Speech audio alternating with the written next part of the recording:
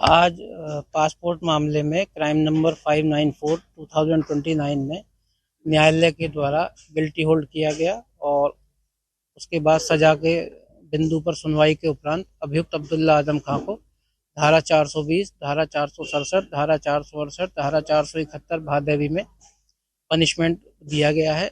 धारा 420 में 3 साल तक की सजा और 10,000 रुपये जुर्माना, अदा न करने पर 3 महीने का कारावास अतिरिक्त। धारा 467 में 7 वर्ष तक की सजा, 20,000 रुपये जुर्माना और जुर्माना अदा न करने पर 6 माह तक का कारावास। धारा 468 में 3 वर्ष की सजा, 10,000 रुपये जुर्माना, अदा न करने पर 3 माह का कारावास। और धारा 471 में 2 वर्ष की सजा और 10,000 रुपये जुर्माना और अदा न करने पर 3 माह के कारावास से दंडित किया गया है। मैक्सिमम पनिशमेंट इसमें 7 ईयर हुआ है और जो जुर्माना है वो टोटल है वो 50,000। ये मुकदमा कब दर्ज हुआ था? ये वर्ष 2019 में जो वर्तमान विधायक हैं श्री आकाश सक्सेना जी, उनके द्वारा ये दर्ज कराया गया था मुकदमा कि इन्होंने बेईमानी से और फ्रॉडुलेंट तरीके से ये पासपोर्ट प्राप्त किया है। इसमें इन्वेस्टिगेशन हुई, इन्वेस्टिगेशन के बाद ये मुकदमा इसमें चार्जशीट सबमिट हुई। अभियोजन की तरफ से इसमें 5 गवाह प्रस्तुत किए गए।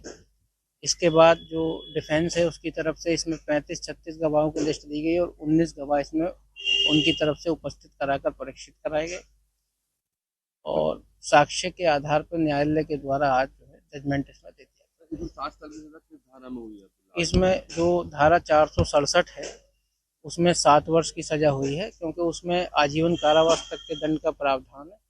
अभी हमने जजमेंट देखा नहीं है, जजमेंट की कॉपी हमें मिल जाएगी, तो अगर हमें लगेगा तो जजमेंट की समीक्षा करने के बाद अभियोजन की तरफ से हम अपील राज्य की तरफ से दाखिल कर सकते हैं सजा बढ़ाने की। अब्दुल्ला आजम कोर्ट में पेश के जरिए हुए थे।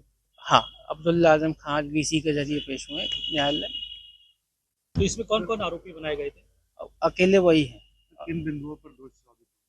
नहीं, ये जितने अब जो अपराध जो इसमें फैक्टिन इशू था कि इन्होंने ये डॉक्यूमेंट लगा के गलत डॉक्यूमेंट्स के आधार पर ये प्राप्त किया, उनको असल की तरह यूज़ किया, इन्होंने जर्नी भी की है इस पासपोर्ट के आधार पे।